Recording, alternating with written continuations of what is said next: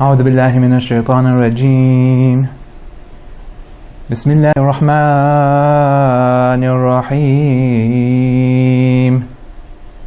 إنما المؤمنون الذين آمنوا بالله ورسوله ثم لم يرتابوا وجاهدوا بأموالهم وأنفسهم في سبيل الله أولئك هم الصادقون.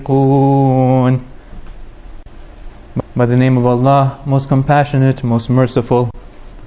The believers are only those who believe in Allah and His Apostle, then they doubt not, and struggle hard with their wealth and their lives in the way of Allah. They are the truthful ones. Assalamu alayka ya Aba Abdullah al-Husayn wa ala al-arwah allati hallat bifina'ik. عليكم مني السلام أبدا ما بقيت وبقي الليل والنهار. Peace be upon you, O Aba Abdullah al-Husayn, and upon the souls that mingled in death with you. Upon you all be peace eternally as long as I live, and as long as the night and day persists. Dear brothers and sisters, Salamun alaykum wa rahmatullahi wa barakatuh. What is Ashura? What is Karbala? On this great day and in this great place we find God Almighty, the greatest of painters and the best of composers, the greatest of playwrights, painting a picture and producing a drama that provides humanity with a supreme and unequal tragedy, a universal message transcending time and transcending place. Its actors are the greatest of archetypes, consisting of the spiritually uplifted and the materially anchored, the morally virtuous and the immorally decadent, martyr and tyrant, oppressed and oppressor, the loyal and the treacherous, followers of truth and followers of falsehood, the upholders of justice and the pillaging unjust, the aware, the negligent, the conscious, the indifferent, the liberated and the enslaved. Dear brothers and sisters, Allah subhanahu wa ta'ala has placed in this epic tragedy a character in which each and every one of us can identify with. Infants and seniors, male and female, parents and children, but the dichotomy also splits along a different line: friend of Allah and foe of Allah. The question is, where do you find yourself? Which archetype represents you? Is it Umar ibn Sa'd, who found himself on that fine balance but tipped towards the dunya? Or is it Hur al-Riyahi, who found himself on that same fine balance but tipped towards the akhirah? Is it Shim, that treacherous and drooling and barking hyena on the one end? Or is it Abbas, that selfless, loyal and majestic lion? Who is it that represents you? Tonight, dear brothers and sisters, I present to you Zuhair ibn al-Qayn al-Bajali, a veteran warrior and a tribal chief of Kufa. He lived in a time much like ours, which was steeped in confusion, and the propaganda machine was turning over time. He was an Uthmanid, a group that opposed Imam Ali alayhi salam and aligned itself with the Umayyads under the false pretext of avenging Uthman's murder. Alas, we find many as such today.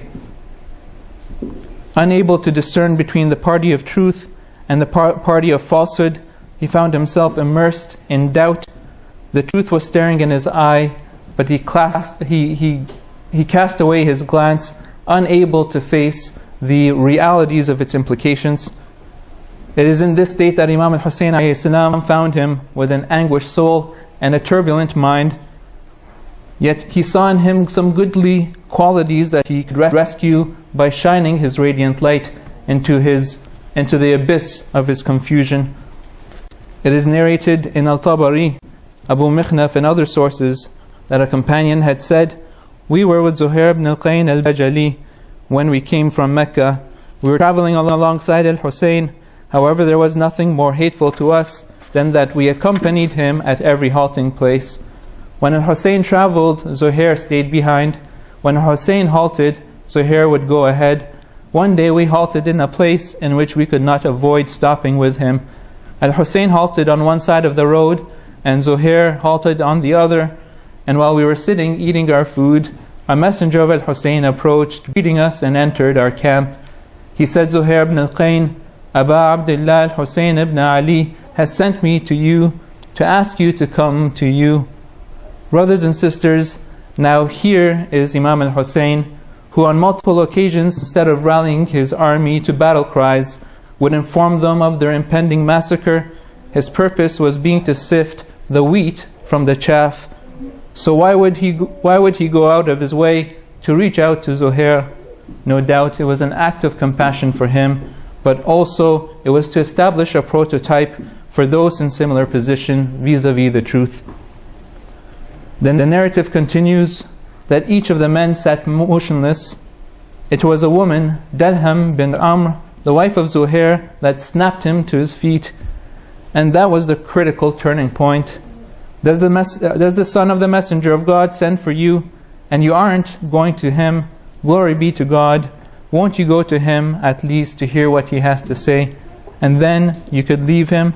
There will come a time, my dear sisters, when you will have to play that role, throwing to your men that proverbial ice-cold bucket of water. What transpired then between Zuhair and Imam Hussein is unrecorded in history. But before long, Zuhair ibn al-Qayn returns with what is recorded as a bright, cheerful disposition. The Zuhair that had returned was not the same as the Zuhair that had left. No doubt that Imam al-Hussein ﷺ struck at his very core and left a deep impression. In those crucial moments, his destiny was forever rewritten. He ordered for his tent to be disassembled and his luggage gathered and traveled and transferred to Imam al-Hussein ﷺ. He then turned to his wife saying, "You are divorced. Go back to your family, for I do not want anything but good to befall you because of me." He tells his companions, "Whoever wants to follow me may do so, otherwise this is the end of our association." Now, contrast this with Ubaydullah ibn Hur al-Ju'fi, who was presented an identical situation. Doing his utmost to avoid the Imam, fate would have it that their paths would also cross. According to an account, the Imam sends a messenger to his tent who returns back with his excuses. "By God, I left Kufa with the sole purpose of avoiding the displeasure of being there with Hussein when Hussein would arrive. By God, I do not want to see him, nor do I want him to see me." The Imam then himself goes to see him and found his position unchanged and support lacking. Ubaydullah, unlike Zuhair, forever thereafter regretted his position. Again, dear brothers and sisters, where do you stand? Which archetype represents you? Now fast forward to the eve of Ashura, and let us see what the state of Zuhair ibn al-Qayn is, that once doubtful man. Imam al-Hussein ﷺ once again does his final sifting on the night before the battle. No exhortation to his followers to stand their ground. Instead he says, "Dear friends and kinsmen, I know that hardship and privations you have suffered in rallying to my side. Yazid and his men are after my blood, and if you decide to leave, they will be too happy to give you a safe passage out of Karbala. If you think I shall consider it a desertion and betrayal, in case you leave me now, let me assure you that I consider what you have already done for me enough to earn my gratitude and the pleasure of God." He then added, "Perhaps you may be feeling embarrassed to leave me like this. I am therefore putting out the lights so that in the dark nobody will know who has left me." Moments pass, not a stir in sound nor motion. He lights the candle once again, and according to an account finds all of his devoted friends and kinsmen standing silently, with heads bent and tears flowing from their eyes. Some of them were old and bent with age, some of them were still young and in the prime of youth. No more sifting after this. Everyone left was of unquestionable faith. This is it. These are the men whose blood will eternally right this divine tragedy. These are the true Muslims who will save Islam. These are the glorious metals with the polish reflecting the divine attributes of their Lord. The silence is broken. Zuhair echoes the sentiments of his battle companions. O Master, if I were to be killed and torn apart 1,000 times and then brought to life again, I would not abandon you. In another account, according to Tabari, Zuhair proclaims, by God, if our world can be eternal and we can be immortal within it, and by helping and supporting you, we must abandon it, then we would still prefer going with you rather than staying in the world. How far has Zuhair come?